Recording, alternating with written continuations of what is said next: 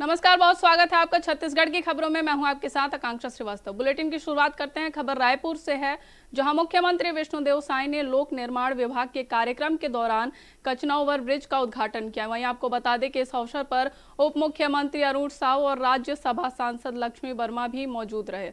उद्घाटन के बाद कचना ओवर ब्रिज को आम जनता के लिए खोल दिया गया। कार्यक्रम में मुख्यमंत्री ने कहा कि ओवरब्रिज के शुरू होने से शहर में यातायात व्यवस्था बेहतर होगी, लोगों को जाम की समस्या से राहत मिलेगी और जनप्रतिनिधियों और अधिकारियों की मौजूदगी में आयोजित इस कार्यक्रम में विकास कार्यों को लेकर सरकार की प्रतिबद्धता पर भी जोर दिया गया।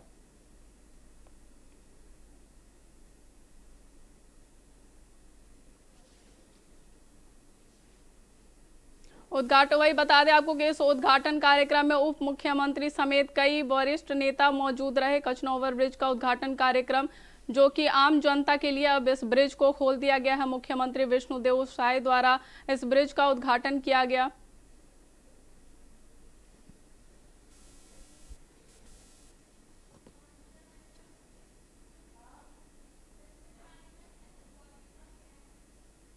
अब खबर रायपुर से। मुख्यमंत्री विष्णुदेव साय ने कहा कि प्रदेश में इस समय सुशासन तिहार का आयोजन किया जा रहा है। इसके तहत सरकार लगातार अलग अलग जिलों का दौरा कर रही है और आम लोगों से सीधे संवाद स्थापित कर उनकी समस्याओं और सुझावों को सुन रही है।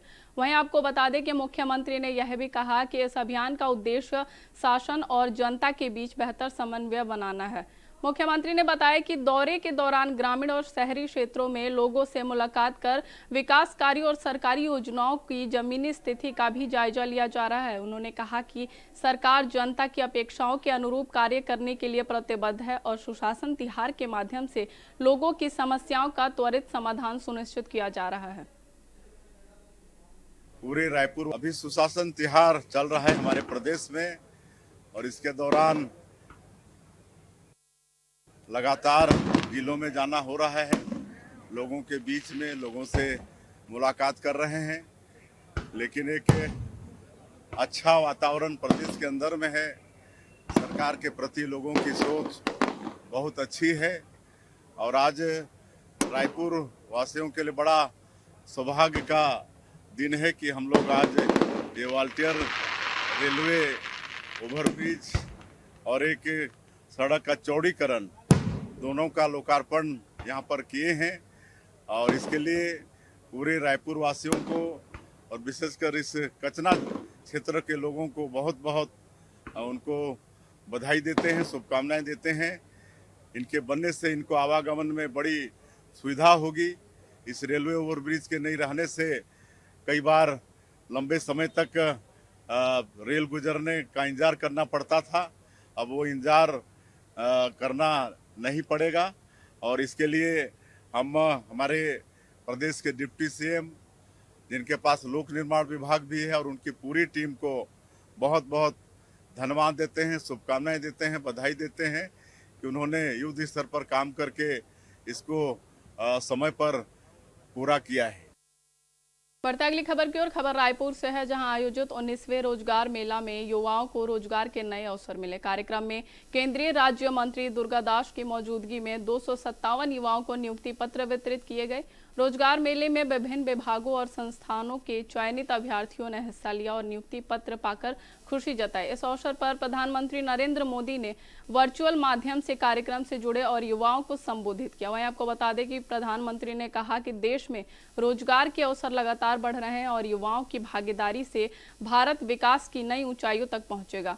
कार्यक्रम में अधिकारी और जनप्रतिनिधियों की भी उपस्थिति रही। सभी प्रकार के जिस पर हम बैठे हैं, ये कुर्सी धरती माँ ने सहारा दिया, इसलिए कुर्सी पर हम बैठे हैं। ये जो कपड़े पहन रखे हैं हमने कपास के रूप में, धरती माँ ने हमको हम पर कृपा की।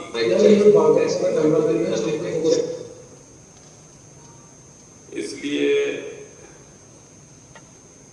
ये कपड़े हमको मिल पाए हैं।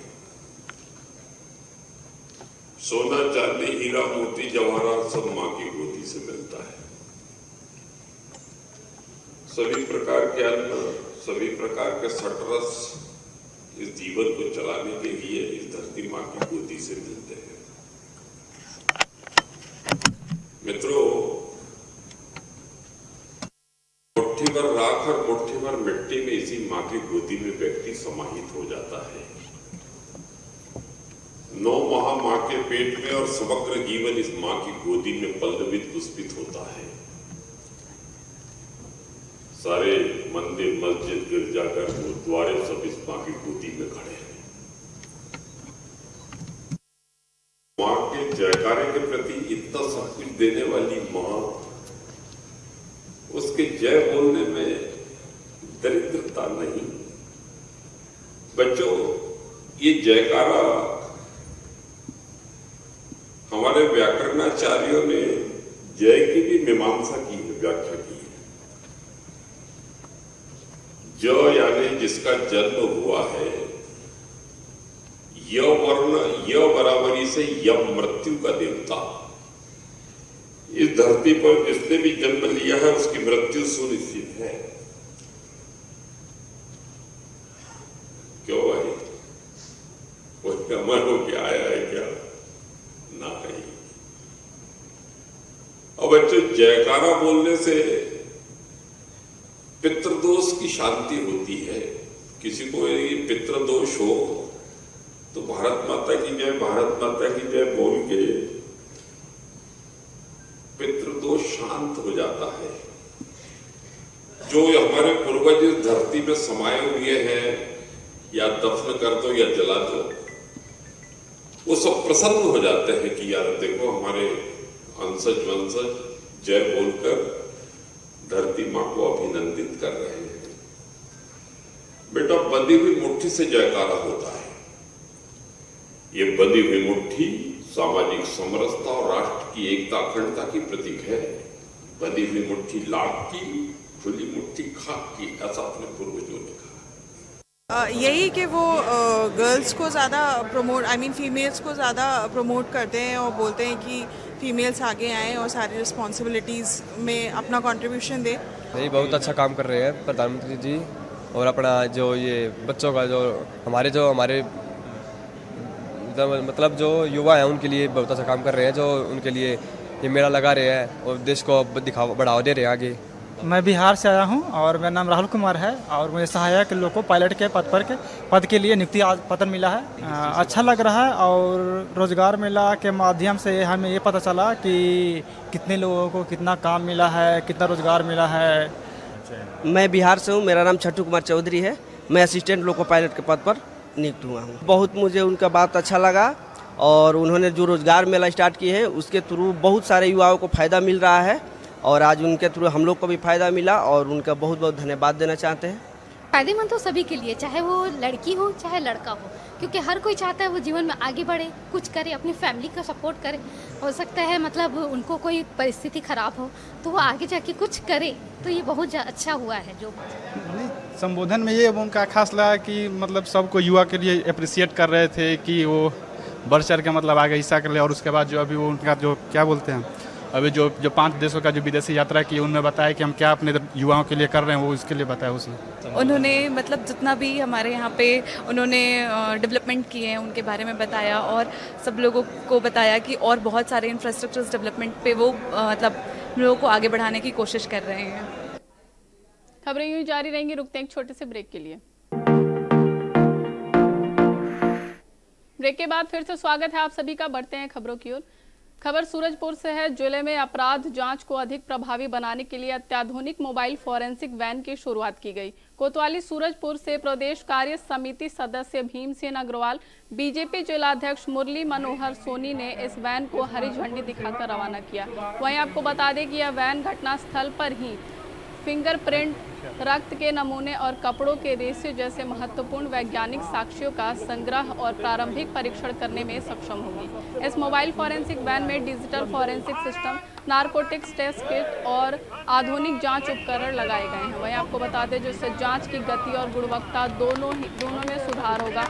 अधिकारियों के अनुसार यह सुविधा अपराध अनुसंधान को अधिक वैज्ञानिक, पारदर्शी और सटीक बनाने में मदद करेगी तथा साक्ष्य आधारित न्याय प्रणाली को मजबूती प्रदान करते हुए पीड़ितों को त्वरित न्याय दिलाने में अहम भूमिका भी निभाएगी। हरी झंडी दिखाकर इस महत्वपूर्ण सेवा का शुभारंभ करेंगे।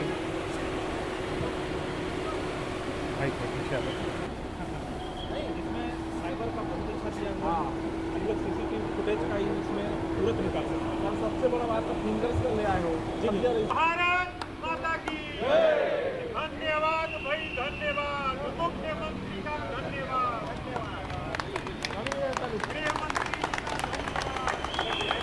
उसके लिए भी इसमें है। तीसरी चीज इसमें लाइट है, जैसे हमारे लाइट है इसमें जो 7 रंग हैं उसी तरीके फॉरेंसिक लैब की हरी झंडी दिखाकर निश्चित रूप से बहुत मुख्यमंत्री जी का एवं गृह मंत्री जी को धन्यवाद देना चाहूँगा कि हमारे जिला को त्वरित न्याय आम जनता को दिलाने के लिए ये जो फॉरेंसिक जो यूनिट मिली है अपने को, और इसके माध्यम से हमें त्वरित न्याय दिलाने में महत्वपूर्ण योगदान देगी। और एसपी साहब को भी मैं धन्यवाद देना चाहूँगा कि जब से एसपी साहब यहाँ पर आए हैं तब से यहाँ बिल्कुल शांति बनी हुई है ज़िले में, और अपराधों की जो श्रेणी वो कम होते जा रही है और आपराधिक की स्थिति बहुत ही कमज़ोर हुआ है। और उसी क्रम में ये जो आज हमें जो यूनिट मिली है, जो सौगात मिली है, और भी तेज़ गति से न्याय दिलाने में हमें ज़िले वासियों के लिए बहुत ही बड़ा योगदान देगी। अब खबर बालोद से। जिला प्रशासन ने तांदुला नदी क्षेत्र से अतिक्रमण हटाने के लिए बड़ा अभियान चलाया। प्रशासन की टीम ने पुलिस बल की मौजूदगी में कार्रवाई करते हुए 13 अतिक्रमणकारियों के खिलाफ कदम उठाए और नदी किनारे अवैध रूप से कब्जा की गई कृषि भूमि को खाली कराया। वहीं आपको बता दें, अधिकारियों के अनुसार यह अभियान नदी क्षेत्र को अतिक्रमण मुक्त बनाने और जल प्रवाह को सुरक्षित रखने के उद्देश्य से चलाया गया। अभियान के दौरान स्थानीय लोगों ने विरोध भी किया, जिसके चलते मौके पर तनाव की स्थिति बन गई। वहीं पे आपको बता दें कि हालांकि प्रशासन और पुलिस ने स्थिति को नियंत्रित रखते हुए कार्रवाई पूरी की। अधिकारियों ने स्पष्ट किया कि नदी और सरकारी भूमि पर किसी भी प्रकार का अवैध कब्जा बर्दाश्त नहीं किया जाएगा तथा भविष्य में भी ऐसे अभियान लगातार जारी रहेंगे। आप गिरा हो, येलो कलर आप बोला तो हमेशा साथ रहो, पता छत्तीसगढ़िया हो, जागो छत्तीसगढ़िया जागो। चलो हो, चलो चलो जबरदस्ती दिखाने होता है। किसान मन के तानाशाही नहीं चलेगी, नहीं चलेगी, नहीं चलेगी। हमने वाले मन पैसा खवा काय किसान मन के आप मन नहीं दिखत दुख दर्द है का किसानी में आवाज हमरे गरीब के मन साहब सुबह बना हम नहीं जाना था, हमरे गरीब के खावा थे, हमारा थे सोटा हम।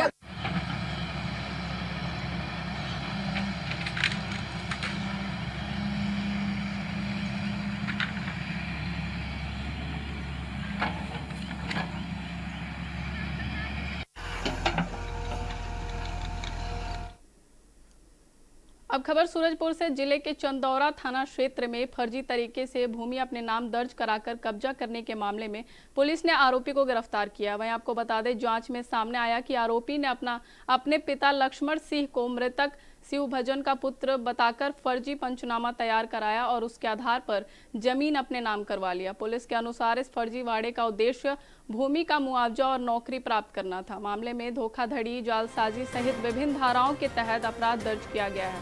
वहीं आपको बता दें कि पुलिस ने एक आरोपी को गिरफ्तार भी किया है, जबकि दूसरे फरार आरोपी की तलाश जारी है। अधिकारियों ने कहा कि मामले की विवेचना जारी है और जल्द ही दूसरे आरोपी को भी गिरफ्तार कर लिया जाएगा।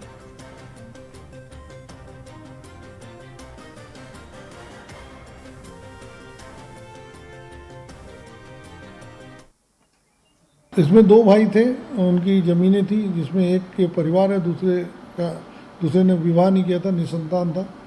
तो उसकी मृत्यु होने के बाद भाई को उसके एक रिश्तेदार ने बोला कि ये ज़मीन निकाल दूंगा मैं, आप परेशान हो जाओगे, नहीं निकाल पाओगे। ऐसा करके उसके पूरे कागज़ ले गए थे और उसके बाद अब इसने फर्जी तरीके से अपने पिता को इसका पुत्र बना के, मृतक का पुत्र बना के पूरी ज़मीन को बेच दिया था।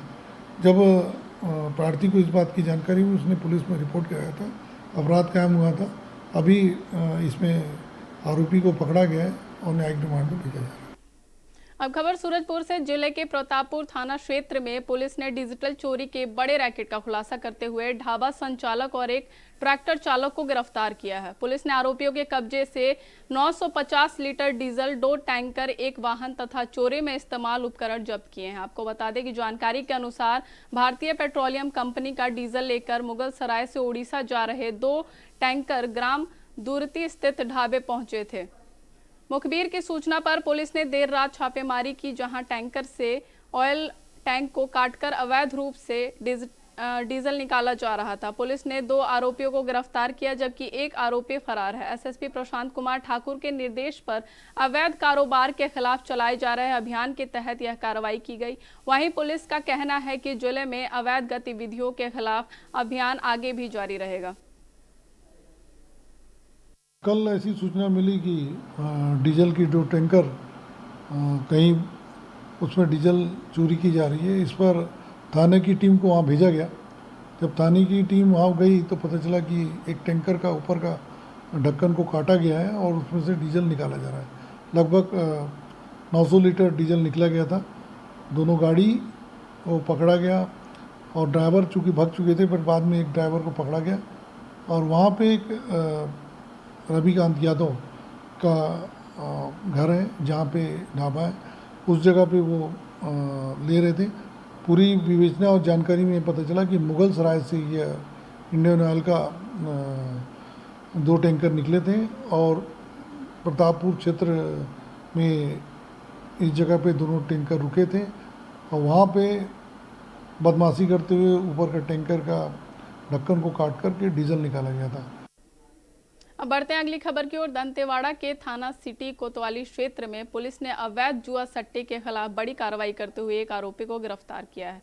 वहीं आपको बता दें कि पुलिस ने छापा मारकर घूम कर सट्टा खिलाने वाले आरोपी को पकड़ा। कार्रवाई के दौरान आरोपी के कब्जे से सट्टा पट्टी और 1200 रुपए नगद बरामद किए गए हैं। पुलिस के अनुसार आरोपी लंबे समय से अवैध सट्टा कारोबार में लिप्त था। सूचना मिलने पर टीम ने घेराबंदी कर उसे गिरफ्तार किया और उसके खिलाफ जुआ एक्ट के तहत मामला दर्ज किया गया। वहीं दंतेवाड़ा पुलिस ने कहा कि जिले में अवैध जुआ और सट्टे के कारोबार के खिलाफ अभियान लगातार जारी रहेगा।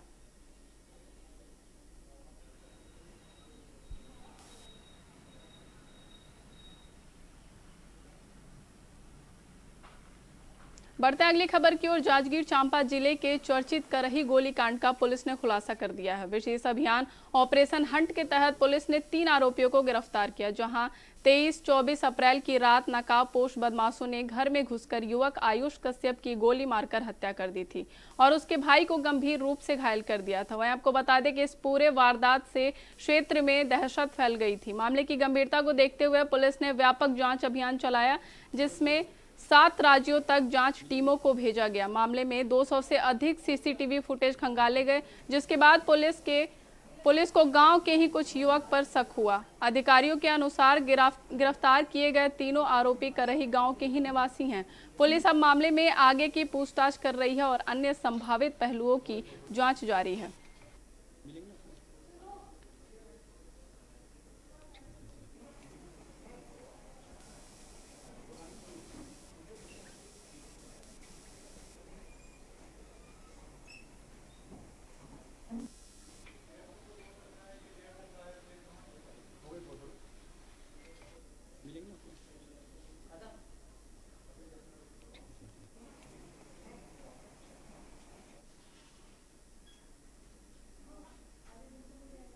बढ़ते अगली खबर की ओर। पेंड्री तालाब लोरमी के पास हुए भीषण सड़क हादसे में युवा पत्रकार हितेश कुमार की दर्दनाक मौत हो गई, जबकि उसके छोटे भाई विकास गंभीर रूप से घायल हो गए। बताया जा रहा है कि हितेश अपने भाई के साथ बाइक से बिलासपुर जा रहे थे, तभी एक बाइक चालक ने लापरवाही पूर्वक बीच सड़क में कट मार दिया। इससे हितेश सड़क पर गिर गए और पीछे से आ रहे अन्य वाहन ने उन्हें कुचल दिया, जिससे मौके पर ही उसकी मौत हो गई।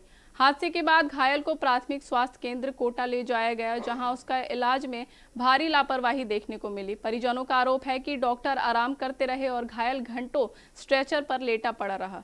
घटना के बाद कोटा पुलिस ने मामला दर्ज कर जांच शुरू कर दी है।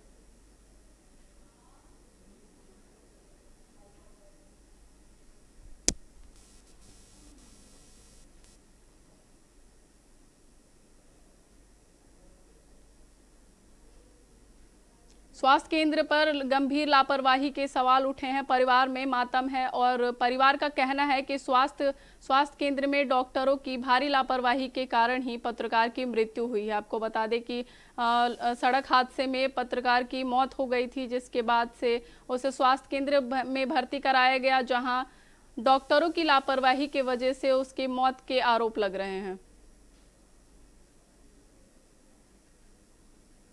अब खबर बलौदाबाजार से। जिले में शराब तस्करी के खिलाफ जिला पुलिस प्रशासन ने बड़ी कार्रवाई की है। राज्य शासन के कड़े निर्देशों के बाद पुलिस ने सिंगारपुर और गीतपुरे इलाके में छापेमारी करते हुए 3 शराब तस्करों को गिरफ्तार किया। आपको बता दें, कार्रवाई के दौरान आरोपियों के पास से बड़ी मात्रा में अवैध शराब भी बरामद की गई है। पुलिस ने सभी आरोपियों के खिलाफ मामला दर्ज कर लिया है। गिरफ्तारी के बाद 3 आरोपियों को न्यायालय में पेश किया गया, जहां उन्हें न्यायिक हिरासत में जेल भेजने का आदेश दिया गया। वहीं आपको बता दें कि पुलिस प्रशासन का कहना है कि क्षेत्र में अवैध शराब कारोबार पर सख्ती जारी रखी जा रही है और आगे भी इसी तरह की कार्रवाई जारी रहेगी। इस कार्रवाई से अवैध शराब तस्करों में हड़कंप मच गया है।